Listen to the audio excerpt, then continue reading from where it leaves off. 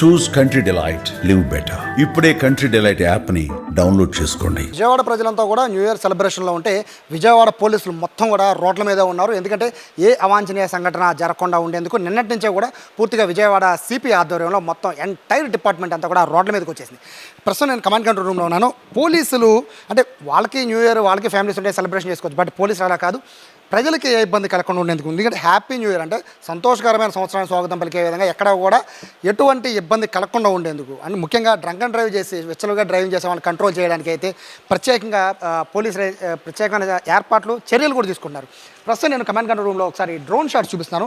కేవలం వీళ్ళు సీసీ కెమెరాలతో మానిటరింగ్ కాదు, డ్రోన్లతో మొత్తం ఎంటైర్ విజయవాడని ఇక్కడ పర్యవేక్షణ చేస్తున్న పరిస్థితిని కూడా మనం చూస్తున్నాం. ఒకసారి విజువల్స్లో చూడొచ్చు.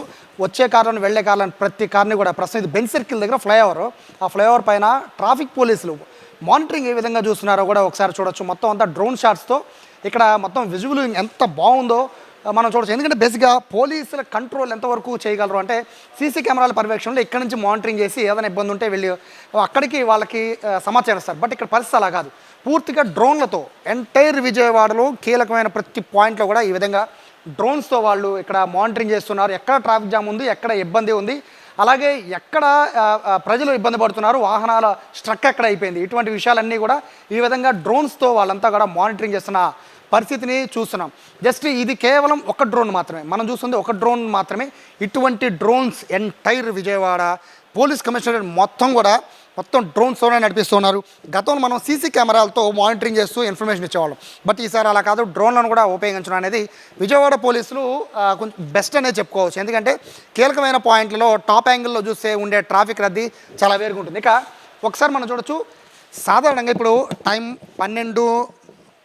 12:30కి లాస్ట్ ఇయర్ కానీ అంతకుముందు ఇయర్ కానీ కిట్టకిట్టలాడిపోయే విజయవాడ రోడ్డు అన్నీ కూడా విచ్చలవిడిగా ర్యాష్ డ్రైవింగే కాదు, డ్రైవింగ్ అంటే మొత్తం రోడ్డు కూడా బ్లాక్ అయిపోయే విధంగా బైకర్స్ కానీ కార్స్ కానీ బీభత్సంగా వెళ్ళేవి. బట్ ఒకసారి చూడండి, ఇక్కడ ట్రాఫిక్ కంట్రోల్ అనేది ఎంత అద్భుతంగా నిర్వహిస్తున్నారు అని చెప్పడానికి ఒక బెస్ట్ ఎగ్జాంపుల్ అనేది ఒకసారి మనము ఫ్రేమ్ టు ఫ్రేమ్ ఒకసారి మనం చూడొచ్చు. అంటే మొత్తం అన్ని పాయింట్లో కూడా ఏ పాయింట్లో కూడా ట్రాఫిక్ ఆగలేదు. ఒకసారి మనం చూస్తే ఏ పాయింట్లో కూడా విజయవాడలో కీలకమైన పాయింట్స్ ఇవన్నీ కూడా ఏ పాయింట్లో కూడా ట్రాఫిక్ ఆగలేదంటే 12:30కి విజయవాడలో ట్రాఫిక్ ఆగలేదంటే ఇది 100% పోలీసుల విజయంగానే భావించాలి.